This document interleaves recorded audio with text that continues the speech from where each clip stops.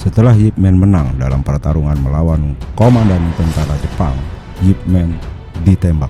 Berkat bantuan Zhou Qinquan, Yip Man, istri dan anaknya berhasil keluar dari Fosan. Selamat datang di kanal Malas Nonton. Kanal YouTube ini berisikan konten yang membahas alur cerita film. Tujuan dibuat konten alur cerita film ini agar para penggemar film bisa memahami alur cerita sebuah film dengan mudah, sehingga semangat menonton film tidak berhenti di tengah jalan dikarenakan nggak paham alur ceritanya. Selamat menyaksikan. Salah satu temannya membantu Yip Man mendapatkan tempat untuk mendirikan sekolah kungfu. Sekolah dibuka dan belum ada satupun murid. Bibi ini melihat tempat yang luas dan kosong. Dia minta izin menjemur pakaian. Sementara di rumah kondisi sangat sulit. Kekurangan uang membuat Yip Man nggak berani buka pintu saat pemilik rumah menagih uang sewa. Sungguh memprihatinkan. Di hari berikutnya, Bibi menumpang menjemur lagi. Kebetulan sekali hari itu satu orang pemuda datang mencari Yip Man. Dia mau tahu tentang Wing Chun. Dia mau jadi murid tapi ngetes dulu sejago apa gurunya.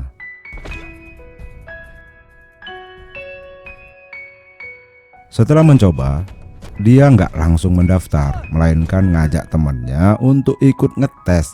Setelah tahu rasanya, mereka semua mendaftar. Sekolah pun mulai ramai, murid terus bertambah. Malam itu, Yip Man sedang membeli roti. Tiba-tiba ada seorang pria sedang dikejar karena mencuri bebek panggang. Yip Man kaget. Dia adalah Zhou Qinquan yang membantu keluar dari Fosan. Zhou ditembak tepat di kepalanya. Namun Zhou masih hidup dan menjadi gila. Dia sudah tidak mengenal siapapun. Yip Man menangis melihat keadaannya. Anak Zhou diantar Yip Man untuk bekerja di sebuah percetakan surat kabar. Sementara itu, di tempat lain, murid Yip Man menempelkan pamflet kungfu Wing Chun. Memang agak songong murid Yip Man ini, sehingga membuat orang tersinggung dan akhirnya ributlah mereka. Pertarungan 1 lawan 1.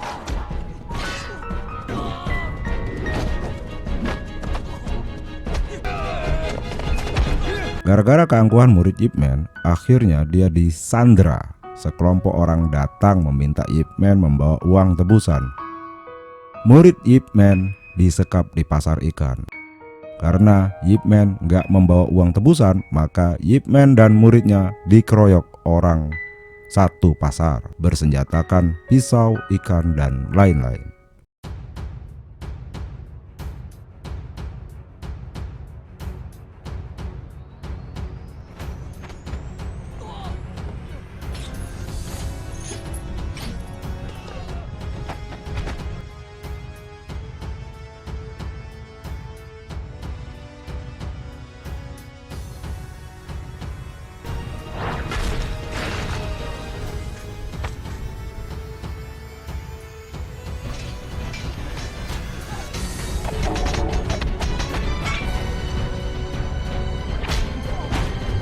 Saat Yip Man mau kabur, Jin San Zhao datang. Bagi kalian yang belum tahu siapa Jin San Zhao, kalian perlu menonton Yip Man pertama.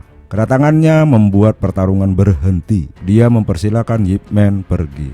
Belum sempat Yip Man pergi, guru besar Hung datang bersama rombongannya. Guru besar Hung menjelaskan ke Yip Man, jika kau mau membuka perguruan di sini, maka kau harus mengalahkan seluruh guru yang ada. Barulah kau boleh buka perguruan kungfu. Bukan hanya guru besar yang datang, polisi juga datang. Akhirnya Yip Man, muridnya, dan Jin San Zhao dipenjarakan. Saya beri penjelasan ya. Guru besar Hung ini menjadi budak polisi Inggris. Yip Man dibebaskan dengan uang jaminan. Begitu juga Jin San Zhao bebas. Murid Yip Man juga bebas, dibantu Jin San Zhao untuk menjaminnya. Keesokan harinya, Yip Man mendatangi para guru kungfu. Sesuai aturan, Yip Man harus bisa mengalahkan para guru, maka Yip Man diperbolehkan mendirikan sekolah kungfu. Satu persatu melawan Yip Man, dan yang terakhir melawan Yip Man adalah guru besar Hung.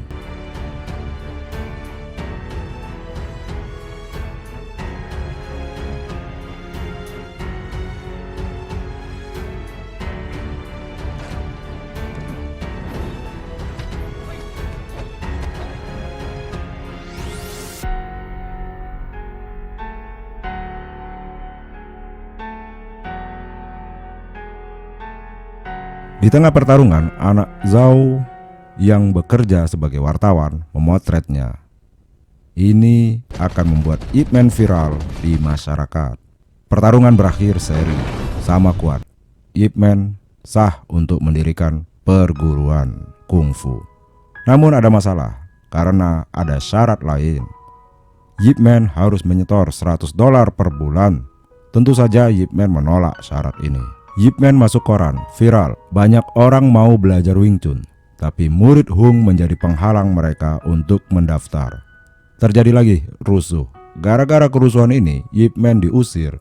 Dia tidak dikasih tempat lagi buat mengajar. Semua murid diminta membereskan semua peralatan latihan. Sementara Ip Man mendatangi guru Hung. Ternyata Hung adalah penjahatnya. Dia yang mengatur kerusuhan. Namun Hung terpaksa lakukan itu sebab Hung di bawah kendali orang asing. Hung ternyata belum puas dengan pertarungan kemarin. Dia menantang lagi, tapi pertarungan ini tidak berlanjut. Anak-anak Hung datang, tendangannya hampir saja mengenai anak bungsunya. Ada satu kalimat yang menyentuh guru Hung.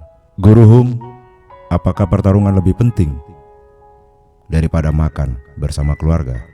2 poin kemenangan Ip Man. 1, dia selamatkan anak bungsu Hung. Kedua, kalimat bijaknya. Ip Man memindahkan tempat latihannya di jalan. Guru Hung mengunjunginya.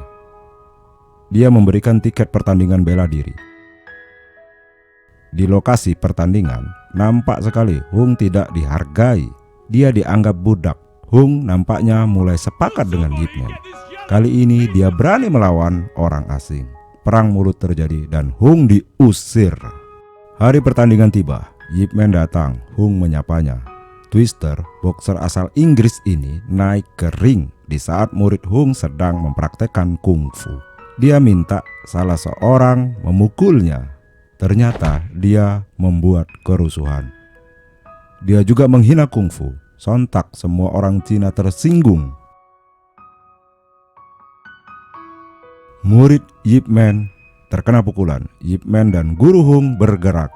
Hung ditantang bertarung. Hung bertarung sampai mati.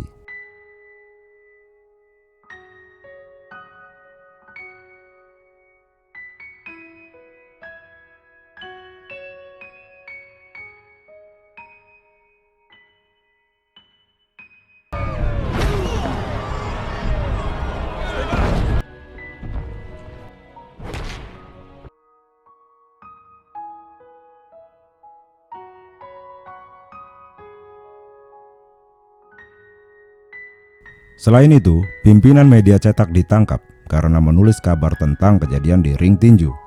Dia disiksa. Untungnya polisi gendut datang. Dia selamatkan pimpinan media ini. Di tempat lain, boxer Twister mengadakan wawancara ke media. Dia menghina lebih dalam tentang Cina dan kungfunya. Dan dia menantang siapa saja yang mau bertarung dengannya.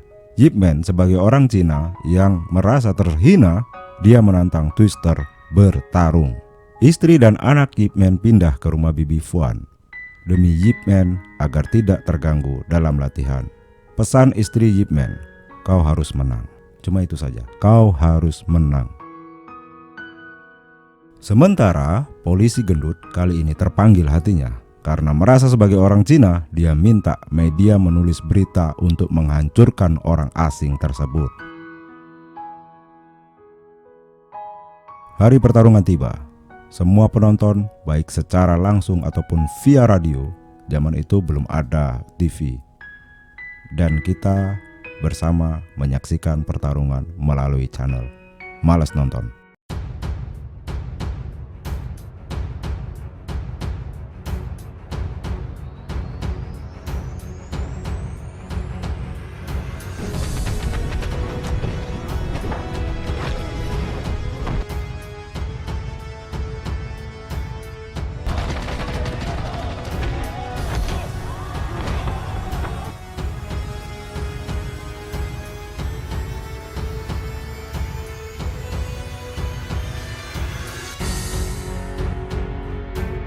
Twister terkapar.